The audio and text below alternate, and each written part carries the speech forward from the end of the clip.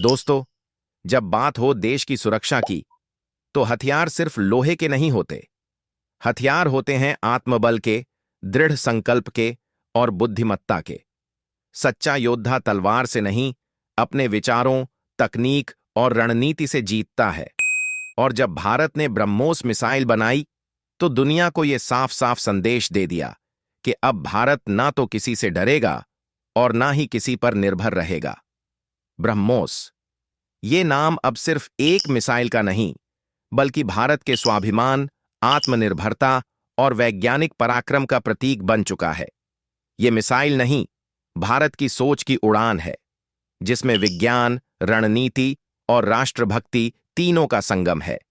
जब ये आसमान में उड़ती है, तो इसकी गर्जना दुश्मनों के होश उड़ा देती है और अपने देशवासियों के दिलों में गर्व भर देती है। ब्रह्मोस, दुनिया की सबसे तेज सुपरसोनिक क्रूज मिसाइल, मैक 3 की रफ्तार, यानी आवाज से 3 गुना तेज। सोचिए जरा, जिस रफ्तार में दुश्मन पलटकर देख भी ना पाए, उसी रफ्तार में ब्रह्मोस उनके ठिकानों को चीर देती है। चाहे धरती हो, आकाश हो या समंदर, ब्रह्मोस हर युद्ध क्षेत्र में अपना लोहा मनवाने में सक्षम है।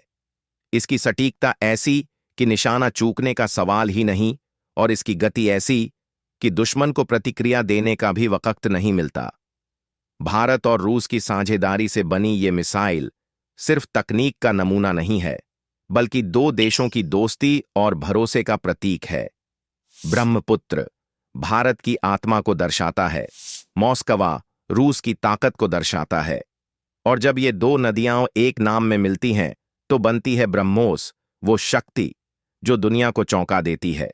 और यही बात दुनिया की बड़ी ताकतों को चुभती है, खासकर अमेरिका को, क्योंकि अमेरिका को आदत है दूसरों को हथियार बेचने की, उन्हें अपने नियमों में बांधने की, और अगर कोई माने ना तो उस पर प्रतिबंध लगाने की।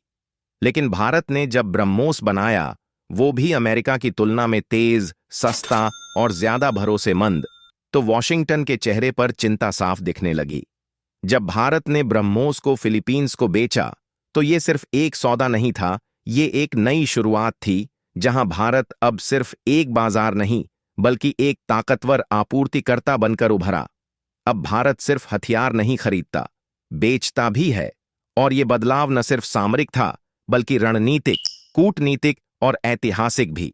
Philippines, Vietnam, Indonesia, middle east, Africa, हर कोई भारत की तरफ देख रहा है। क्यों?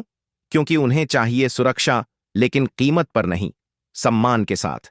भारत वहीं दे रहा है, सुरक्षा भी और सम्मान भी। आज के भारत को न अमेरिका की शर्तें चाहिए, न चीन की धमकियां। हमारी सीमाएं अब सिर्फ रेखाएं नहीं हैं, वो लाल रेखाएं हैं जिन्हें कोई पार नहीं कर सकता।